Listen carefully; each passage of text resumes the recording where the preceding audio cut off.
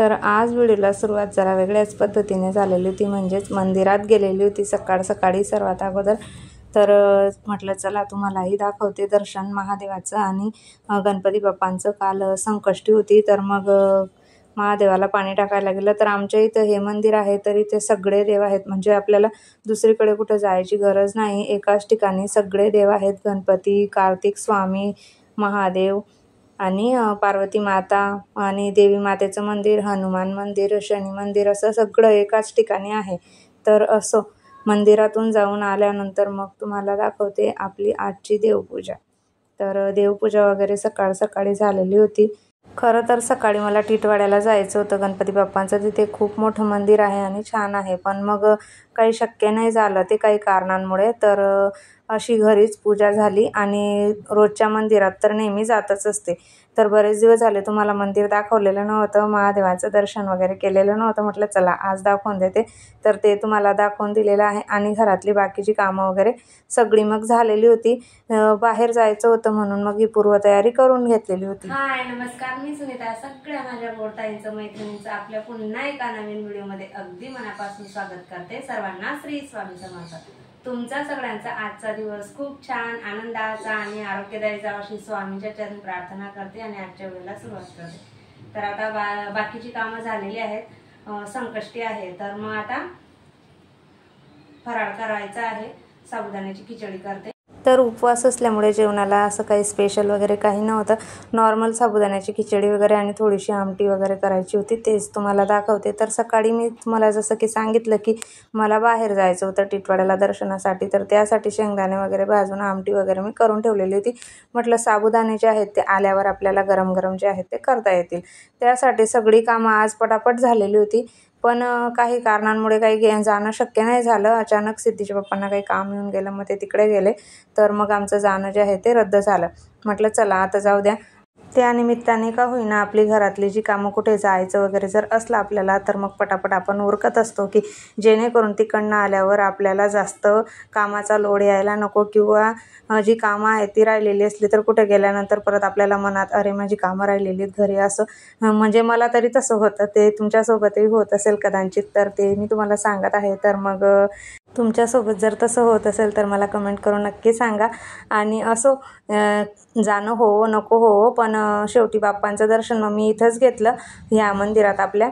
तसं तर आम्ही दर संकष्टीला अगोदर जात होतो, पण तिकडे शिफ्ट झाल्यानंतर कल्याणीसला आम्ही अगोदर शिफ्ट झालेलो होतो ना, तर तिथून खूप लांब पडत होतं, त्यामुळे मग आणि ड्युटी वगैरे तेवढं ॲडजस्टमेंट होत नव्हती, म्हणून मग आमचं जाण्याचं जरा मध्ये मग स्टॉपच झालं, बंद झालं जायचं, आम्ही काही मध्ये जात नव्हतो। पण इकडे आल्यानंतर मग आम्ही जातो, तर पण कालचा पण तसा आमचा जो प्लॅन होता तो कॅन्सल झाला। तर आता नेक्स्ट टाईम जेव्हा कधी गेली तर तुम्हाला नक्की गणपती बाप्पाचं दर्शन करून दिलं आणि दाखवेल तुम्हाला तिकडचं। तर म्हटलं चला असो, त्यानिमित्ताने का होईना कुठे आपल्याला जायचं वगैरे असलं की आपण कामाची जी आपली घाई गडबड असते ती पटापट आपण घरातली जी कामं आवरलेली असतो, तर नंतरचा वेळ जो आहे तो आपला थोडाफार आरामात असा जात असतो। तर त्यानिमित्ताने मग माझी जी सगळी घरातली जी कामं होती ती आजच्या दिवशी सगळी वेळेवर आणि पटकन झालेली होती अगदी।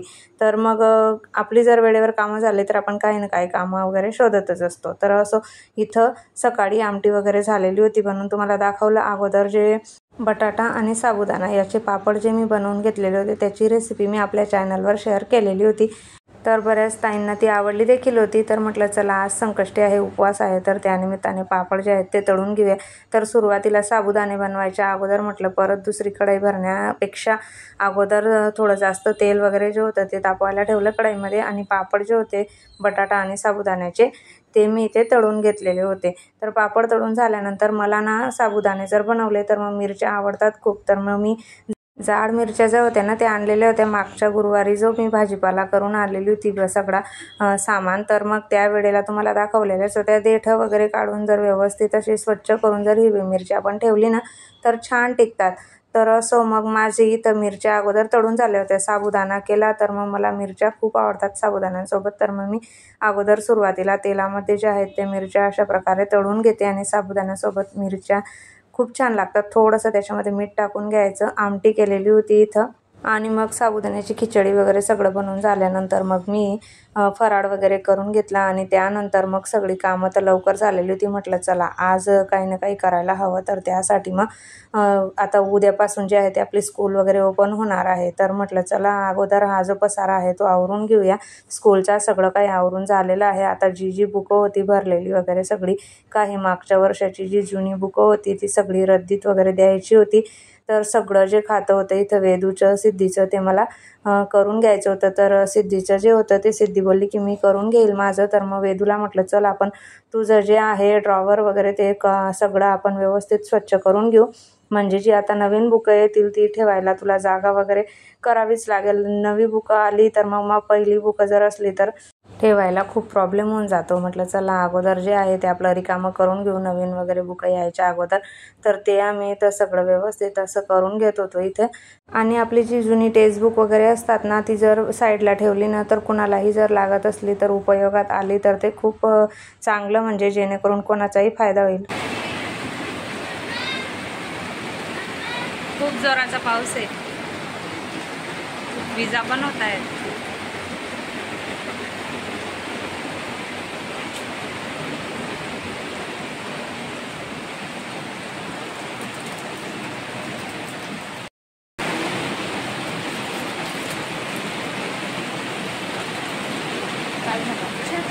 बुकांचा पसारा आवरून झाल्यानंतर मग एका ठिकाणी मला कळस पूजन होतं. माझ्या आत्याकडेच त्यांनी नवीन घर घेतलेलं, तिकडे गेलेली होती. तिकडनं आल्यानंतर मग म्हणजे आम्ही नुकतेच घरातच घुसली 7ला आणि इतका जोराचा पाऊस, विजा वगैरे इतक्या बाहेर कडकडत होत्या. खूप जोरात पाऊस झाला. ज्या वेळेला आम्ही बाहेर होतो ना थोडं वातावरण वाटत होतं की पाऊस येईलच असं, त्यामुळे आम्ही जरा घाई गडबडीनेच घरी आलो. कारण मागच्या वेळेस मी पावसात भिजल्यामुळे ना खूप आजारी पडली होती आणि भरपूर दिवस मग मला तापच होता. जवळजवळ माझा 15 ते 20 दिवस असे आजारपणामध्येच गेले. म्हटलं बाबा आज आपण भिजायला वगैरे नको, त्यासाठी मी पटकन घरी आली. आणि घरी आल्यावर इतका पाऊस चालू झाला, प्रचंड जोराचा पाऊस होता. तर मग पाऊस वगैरे असला तर मग आपण काय बनवतो, तर इथं म्हटलं चला आज मस्तपैकी उपवास वगैरे पण सोडायचाच होता. तर त्यासाठी मी इथे अगोदर कांदा भजी बनवली, त्यानंतर मग बनवली बटाटा भजी आणि मग मिरच्या होत्या, मिरच्यांचे भजे केले आणि असा मस्तपैकी पावसाळ्याचा आनंद घेत असे भजे वगैरे मी इथं तळून घेतलेले होते. तर कांदा भजी जी आहे ती सिद्धीला खायची होती, बटाटा भजी जी आहे ती वेदूला खायची होती आणि मग आमच्यासाठी मी ह्या मिरच्या करून घेतल्या, म्हणजे खाल्लं सगळ्यांनीच. तर अशी वेगवेगळी फरमाईश असली की मग सगळ्या पद्धतीचं जे जेवण आहे ते आपलं बनवून होऊन जातं. तर तसंच असं काही माझं झालेलं होतं. तर त्यासोबत मग मी ही मसाल्याची भाजी बनवलेली होती, काळ्या मसाल्याची भाजी, आणि मग त्यासोबत रस बनवलेला होता. तर असं जे आहे ते माझं कालचं जेवणाचं असा बेत रात्रीचा ठरलेला होता. मस्त बटाटा भजी, कांदा भजी, मिरच्यांची भजी आणि मसाल्याची भाजी, त्यासोबतच मस्त असा गोड रससोबत मी माझा व्हिडिओचा आता इथे एंड करते. तुम्ही जर व्हिडिओ पहिल्यांदा बघत असाल तर प्लीज आपल्या चॅनलला सबस्क्राईब करा. व्हिडिओ आवडला असेल तर नेहमीप्रमाणे व्हिडिओला लाईक करा, शेअर करा आणि आपले असेच नवनवीन व्हिडिओ बघत राहा. भेटूया पुन्हा नवीन व्हिडिओसह. तोपर्यंत बाय आणि श्री स्वामी समर्थ.